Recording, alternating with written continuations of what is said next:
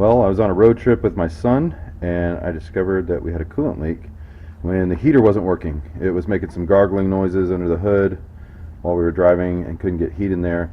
I noticed that the expansion tank was completely empty, and so I decided to fill it back up and let it run and see where the leak might be coming from. When I bought this car, the person I bought it from said that the expansion tank had a leak in it, so they replaced that. So I started there and started looking around. I noticed coolant was coming out of the car right under the front end, like right where the expansion tank would be. And I quickly noticed that there's a hairline crack right down the center of this Y pipe for this coolant hose. I'm going to see if I can hold my flashlight and talk to you at the same time. Right here where my thumbnail is, all the way down to here. Now what I tried to do that I didn't work successfully was just put a little epoxy on it, but I couldn't get the epoxy to cure. So my resolution for this is going to be a new part, and I bought it off of Amazon. The part number is right here. I will post a still shot of it, and I'll put the part number in the description below, so you can go get one yourself if needed. And hopefully this is an easy fix for you guys as well. The other thing you might need in this process is coolant. I do have some already mixed up, 50-50, that I mixed up when I flushed the coolant on this truck a while back. So I have about a gallon left of that. So I'll just, whatever I lose, I'll fill up with that. And I can tell that I'm already a little bit low. The bottom tank is a little low and the top tank is a little bit lower than I expect it to be as well. So let's get these lines off and let's get to work. There's 3 simple clamps to remove. The first one will be right here at the expansion tank. The second one will be at the top of the intake, which is right here. And then the third one will be connected to the radiator down here as well. Hopefully you can see that. I'm just going to use some regular pliers and pull those off. And like I said, hopefully I don't lose too much coolant. But let's get to work on it.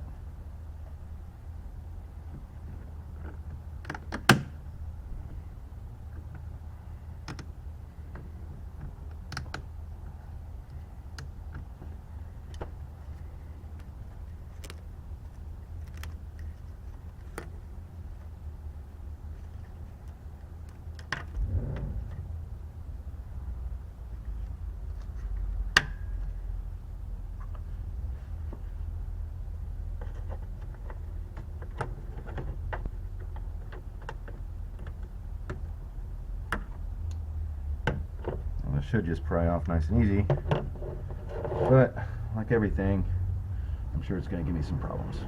There we go. This is the one that might leak a little.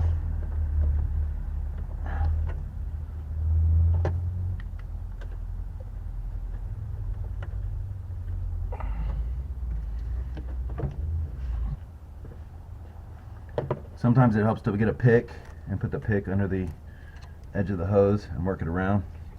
If these hoses have been on there a long time, a little twisting sometimes works as well. Yep, that'll work.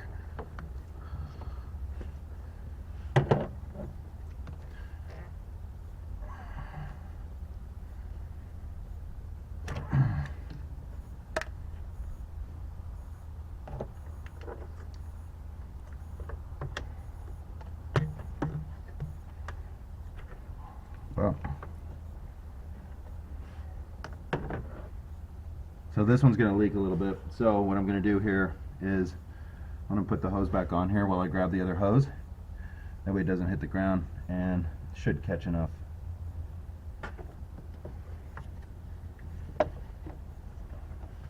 And make sure to save these clips on the ends of each of the hoses. The new kit does not come with new clips, so the factory clips will work just fine.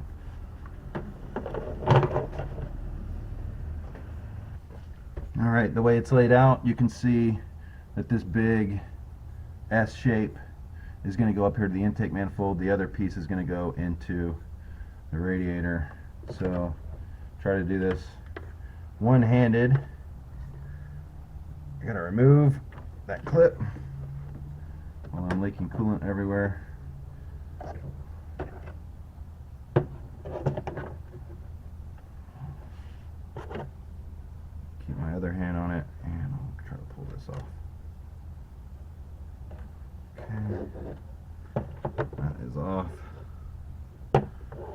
Try not to drop this.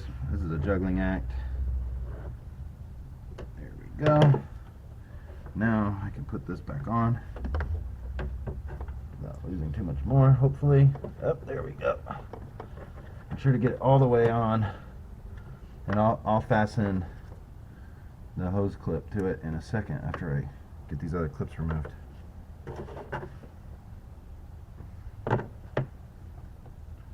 Always put your clips on before you put the hose on. You wouldn't believe how many times I've made that mistake.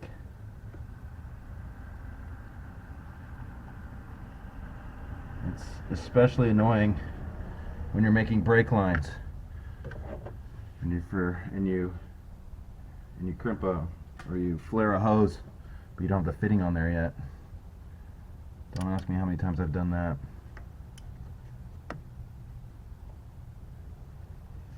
Alright, those are all on. All we have left to do now is move these clips up.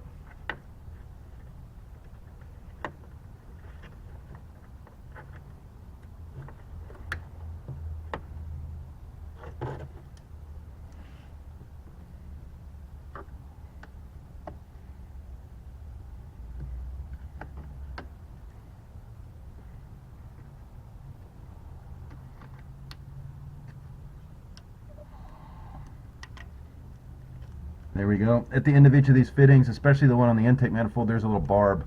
Make sure you get the clip all the way past that barb, but not too far so that it's on the hose.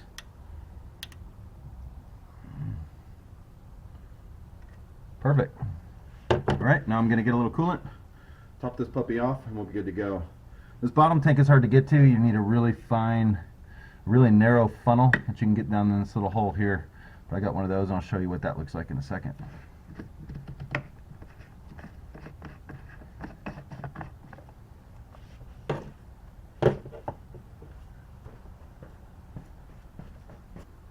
This should be a better shot. This is the funnel I use. It's pretty small. As you can see, the tip of it is probably less than 1/4 of an inch, but it's a little bit bigger diameter than the hole. So I'm just very careful when I put this in here. It doesn't go all the way down, so I try to get it as best I can, and then just fill very slowly from the top.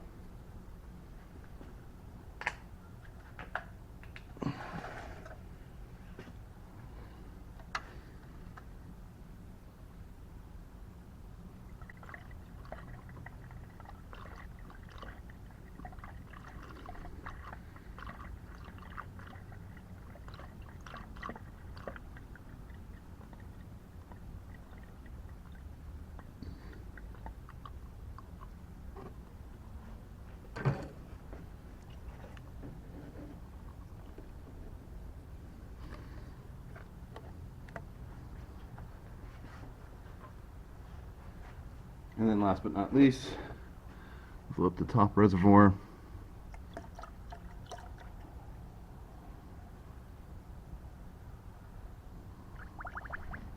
And that should be good.